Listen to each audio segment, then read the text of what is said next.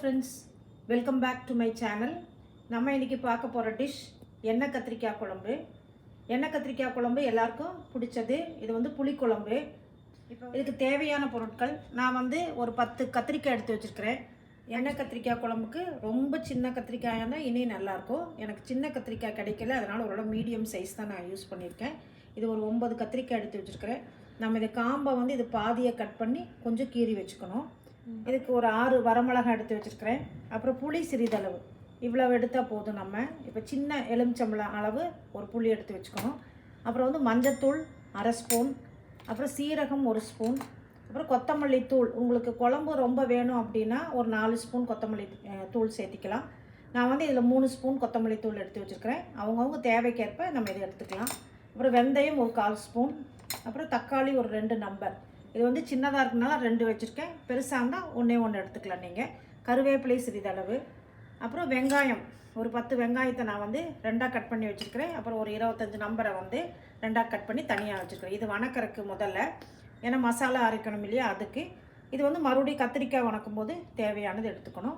அப்புறம் கடுகு 1 ஸ்பூன், பெருங்காயம் சிறிதளவு, அப்புறம் நல்லெண்ணெய். நல்லெண்ணெய் வந்து நம்ம நல்லெண்ணெயில் செஞ்சோம்னா ரொம்ப டேஸ்ட்டாக இருக்கும், உடம்புக்கும் நல்லது, குளிர்ச்சி. அதனால் நான் நல்லெண்ணெயில் தான் செய்வேன். அப்புறம் அடுத்தது வந்து நான் முதலையே வந்து புளியை தனியாக ஊற வச்சுருக்கேன். ஒரு 10 நிமிஷத்துக்கு முன்னாடி நம்ம தனியாக ஊற வச்சுக்கணும், அப்போ தான் கரைக்க வரும். வாங்க இதை எப்படி செய்கிறதுன்னு பார்க்கலாம். கத்திரிக்காய் காம்பை நம்ம பெருசாக இருந்தால் பாதியாக நறுக்கிடுவோம். ஒரு சின்ன காம்பு இருந்தால் போதும்.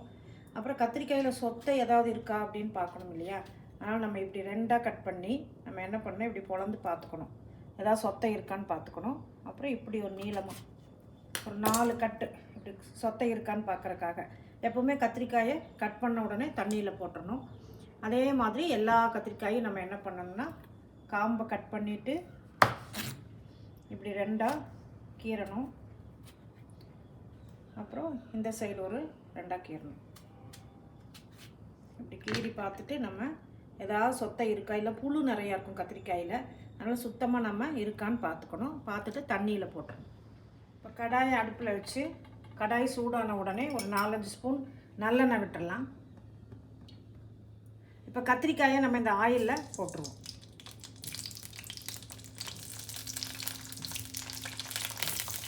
கத்திரிக்காய் வந்து இந்த ஆயிலில் ஒரு 10 நிமிஷம் வதங்கணும். இந்த ஆயிலில் வதக்கணும். கொஞ்ச நேரம் அப்படியே சிம்மில் வச்சு விட்டுருணும். அப்போ தான் வந்து நல்லா ஆயில் நல்லா கோட்டாகி நல்லா டேஸ்ட் நல்லா. இப்போ நம்ம வந்து ஒரு கடாய் வந்து நம்ம இன்னும் ஒரு ஸ்டவ்வில் வச்சுருக்குறோம். இன்னொரு கடாயை நம்ம வந்து ஆன் பண்ணி மசாலா சாமானை வறுப்பட்டுலாம். இப்போ அதுக்கு நான் ஒரு 3 ஸ்பூன் நல்லெண்ணெய் விட்டுறேன். முதல்ல வெந்தயம் போட்டுறேன். அடுத்தது சின்ன வெங்காயம் போட்டுறேன். கூடவே வரமிளகா, கருவேப்பிலை சிறிதளவு, சீரகம் 1 ஸ்பூன். இப்போ எல்லாத்தையும் வணக்கிடலாம். இப்போ வெங்காயம் நல்லா ஓரளவு வணங்கிடுச்சு. இப்போ நம்ம ஆஃப் பண்ணுறதுக்கு முன்னாடி நம்ம கொத்தமல்லி தூளை போட்டுருவோம். இதில் கூட மஞ்சத்தூளையும் போட்டுருவோம். ஒரு 2 பெரட்டி ஆஃப் பண்ணிடணும் ஸ்டவ்வை. இப்போ இந்த மசாலா சாமானத்தை ஆற வச்சு மிக்சியில் அரைச்சிடலாம். இப்போ கடாயை அடுப்பில் வச்சு நம்ம நல்லெண்ணெய் ஒரு 3 ஸ்பூன் விட்டுருவோம். கடுகு 1/2 ஸ்பூன் போட்டுருவோம். கடுகு வெடிச்சிருச்சு. இப்போ கடுகு வெடிக்கும் போது நம்ம சின்ன வெங்காயத்தை போட்டுருவோம். அப்புறம் கருவேப்பிலை போட்டுருவோம்.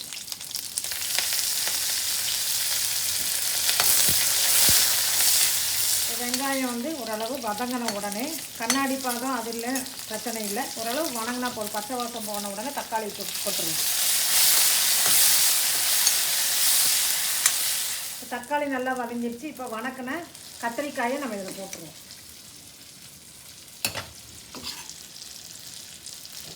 இந்த கத்திரிக்காயை வணங்கின ஆயிலே இதுலேயே சேர்த்து ஊற்றிடுவோம்.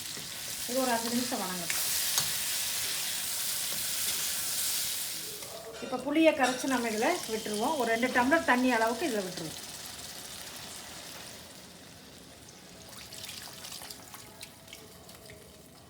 இப்போ புளியை ஊற்றி ஒரு 5 மினிட்ஸ் ஆச்சு. நல்லா கொதிச்சிருச்சு. இப்போ இந்த சமயத்தில் நம்ம அரைச்சி வச்ச மசாலாவை நம்ம ஊற்றிடலாம். இதையும் சேர்த்து ஒரு 10 மினிட்ஸ் கொதிக்க வைக்கணும். இப்போ மிக்ஸி ஜாரில் இருக்கிறது கூட கொஞ்சம் வாட்டர் மிக்ஸ் பண்ணி இதை விட்டுருவோம். கூடவே கொஞ்சம் சால்ட் போட்டுடலாம். நம்ம சால்ட் 1 ஸ்பூன் போட்டுறேன். தேவையான அளவு தண்ணி ஊற்றி நல்லா கொதிக்க வச்சிடலாம். கொஞ்ச நேரம் இது கொதிக்கட்டும். இப்போ வந்து நம்ம எல்லாம் போட்டு மசாலா எல்லாம் போட்டு ஒரு 10 மினிட்ஸ் ஆச்சு. குழம்பு நல்லா வெந்துருச்சு. கத்திரிக்காயில் நல்லா மசாலா பிடிச்சிச்சு. இப்போ வந்து இந்த ஸ்டேஜில் வந்து நம்ம கொஞ்சம் பெருங்காயத்தூள் போட்டுருவோம். இப்போ குழம்பு நல்லா மணம் வந்துடுச்சு. இப்போ நம்ம இந்த ஸ்டேஜில் நம்ம இறக்கிடலாம். இப்போ வந்து எண்ணெய் கத்திரிக்காய் குழம்பு ரெடி ஆயிடுச்சு. சுவையான எண்ணெய் கத்திரிக்காய் குழம்பு ரெடி ஆயிடுச்சு. இது இட்லி, தோசை, சாப்பாடு, சப்பாத்தி எதுக்கு வேணால் வச்சுக்கலாம். நல்ல வெரி குட் சைட் டிஷ். நீங்களும் சாப்பிட்டு என்ஜாய் பண்ணுங்கள். இதே மாதிரி